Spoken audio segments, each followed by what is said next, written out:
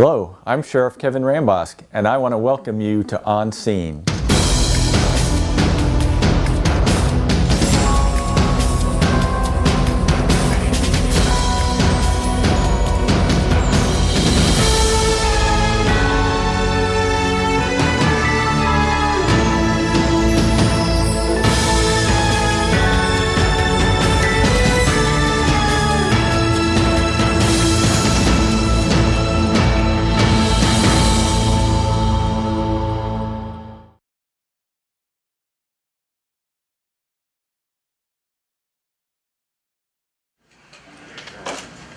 Good morning, everyone. Thank you for coming. Today we are here to announce the culmination of a multi-jurisdictional investigation involving methamphetamine drug trafficking. On Thursday, the Collier County Sheriff's Office Vice and Narcotics Unit, along with multiple law enforcement agency partners, who I will introduce here in a second, ended a year-long investigation with the arrest of 5 individuals involved in methamphetamine trafficking, both in South Florida and California.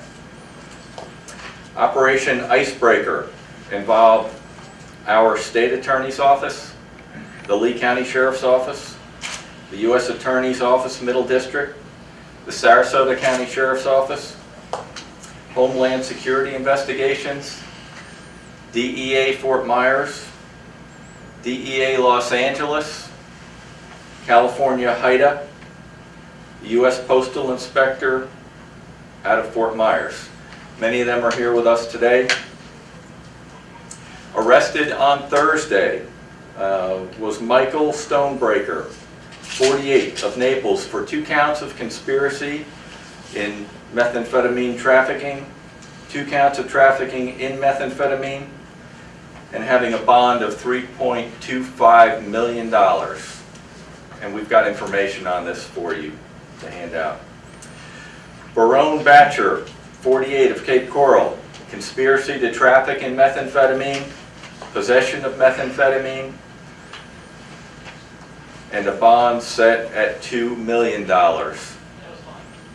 Stephanie Shaw, 43, of Goodland, conspiracy to traffic meth, possession of meth, and a bond set at $300,000. Jason Garuff, 49, of Naples, possession of methamphetamine with a bond set at $25,000. Brian Tharp, 43, of Venice. He was arrested on May 19th by the Sarasota County Sheriff's Office for trafficking in methamphetamine and possession of a controlled substance.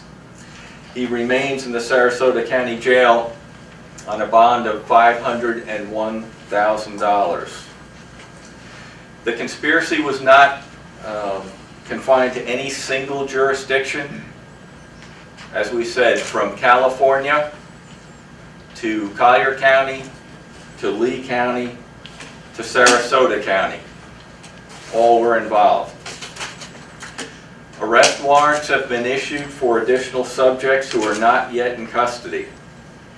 When they are apprehended, we'll provide you additional information on those subjects. During the investigations, detectives seized 6 pounds of crystal meth with a value of $96,000. That was locally by the Collier County Sheriff's Office. This was the largest amount of methamphetamine we've seized. Fortunately, we did not see the type of meth problems 12 years ago that many other communities had seen. The Sarasota County Sheriff's Office seized more than 8 pounds of methamphetamine, 464 grams of marijuana, 67 prescription pills, and $163,000 in cash. Those involved in the conspiracy conspired to traffic 22.5 pounds of meth at a street value of $360,000. As mentioned, the individuals arrested or who will be arrested impacted all citizens of South Florida and Southwest Florida. We believe that with this arrest we are making Southwest Florida a much safer community. because we know at a national level we're seeing an increase of methamphetamine production and use and co-use with opioids and our opioid problem. Recently, meth production has increased dramatically and differently. It's more highly refined today, it's mass produced, and it's not necessarily done in backyard clandestine labs as we used to see years ago. So from all of us, if you're thinking about selling drugs, don't. If you have a drug problem and you want to get out, call the David Lawrence Center if you're here in Collier County, or your nearest drug rehabilitation center. I'd like to introduce State Attorney Amira Fox. She has a few comments. Good morning. I'm Chief Assistant State Attorney Amira Fox. I just want to say a few words. First of all, Sheriff Rambosk and the Collier County Sheriff's Office, thank you and your Narcotics Division for the absolutely marvelous work done in this case. To our other partners in our federal agencies and also the Lee County Sheriff's Office and Sarasota Sheriff's Office, I say the same. This is truly what happens when there is a collaborative effort between our local, state, and federal law enforcement partners. An incredible amount of hard work went into this. This is a 24/7 operation. I want to thank the prosecutors in my office who worked on this. When something like this comes together, it keeps our community safe. We will not tolerate in our community and in our judicial circuit the trafficking of illegal drugs, and we'll do everything we can to fight it and to vigorously prosecute anyone who thinks about doing that in our jurisdiction. So thank you to all of you for coming today, and I'd like to pass it on, I believe, to a representative from the Sarasota County Sheriff's Office. My name is John Walsh. I'm a captain with the Sarasota County Sheriff's Office, and I just want to thank the Sheriff of Collier County for inviting us here today, and really thank all of the men and women who have been working on this for almost a year to get to this point today. I hope everyone realizes the significant amount of detective work that has to go into these cases is not easy. It's a 24-hour-a-day, 7-day-a-week job. People have been away from their families to do this, but it is for a cause. And one of the things I wanted to echo what the sheriff was saying was what we're seeing here with methamphetamine is a direct result of the opioid epidemic that is occurring nationwide. And that is serious. This isn't just a drug arrest. This arrest has saved people's lives directly. It's proven. We see an impact between the death and overdose rates in our county and other counties when we make these arrests. And it is vitally important that we continue these kinds of operations to save people's lives.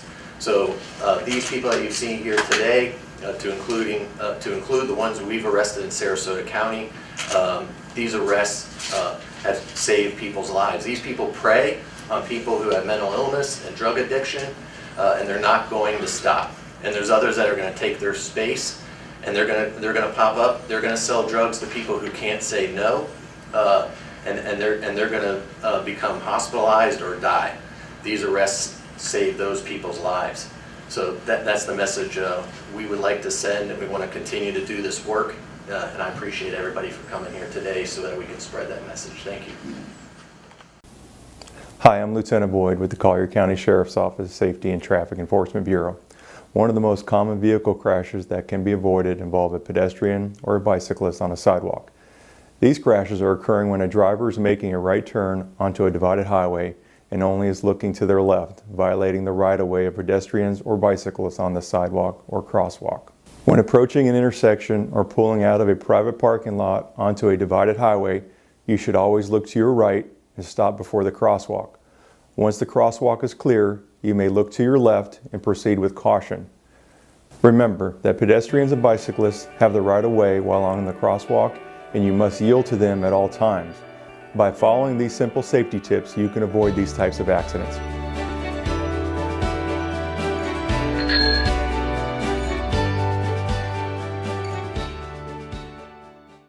I do get a lot of people calling me from time to time, like asking what they need to do in the Everglades or what supervisor role they need placed here, like a lot of questions that I don't have answers for. So then that's just, I'm his son, I'm not Lieutenant Walker. And then they're like, oh. I'm Lieutenant Jake Walker. I'm the District Commander for District 5 Patrol District.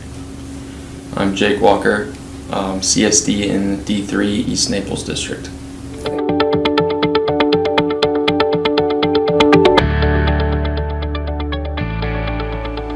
Since I was little, he'd always bring home, cool stuff like, the SWAT helmet or different body gear. So from a young age, I got to be really involved with the law enforcement lifestyle, I guess.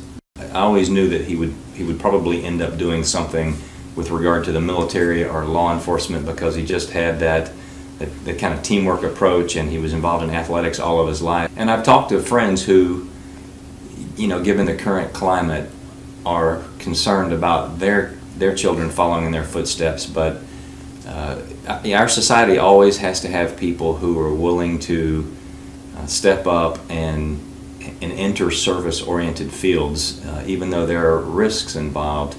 I'm very proud of him for doing that. When I was in high school, as I said, my dad had been in law enforcement, so I had a very positive view of law enforcement officers. He had a lot of friends. Even though he was in business at that point, he had a lot of local friends who were law enforcement officers that I got to know, and they were people who put others before themselves. They put other people before themselves, and just had a real service-oriented mindset, and they were just good, solid, community people, and I knew those were the kind of people that I wanted to work with in life. Guys that I've worked with for 20 years will come up to me who work with Jake now, and we'll talk about his work ethic and he's just a good kid and those sorts of things, and I really appreciate that. I do get to see him outside of work quite a bit. Go to church on Saturday night, if something's going on Friday night, but I usually see him at work. We'll go to a local indoor gun range and shoot occasionally. I've been able to really help him improve his shooting skills. He is smart, productive, young man who's doing things the right way, and I am very proud of him. The plan is to hopefully carry the torch of the legacy he's currently and will leave behind. It's a lot of pressure, but I hope I can do that.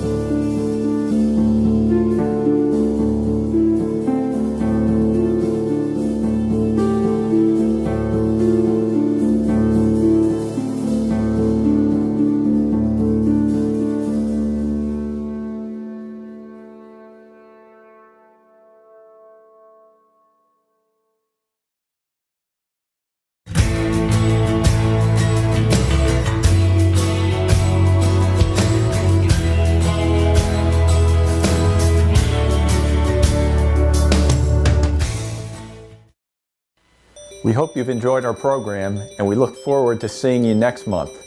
Thank you for being our partner for a safe community.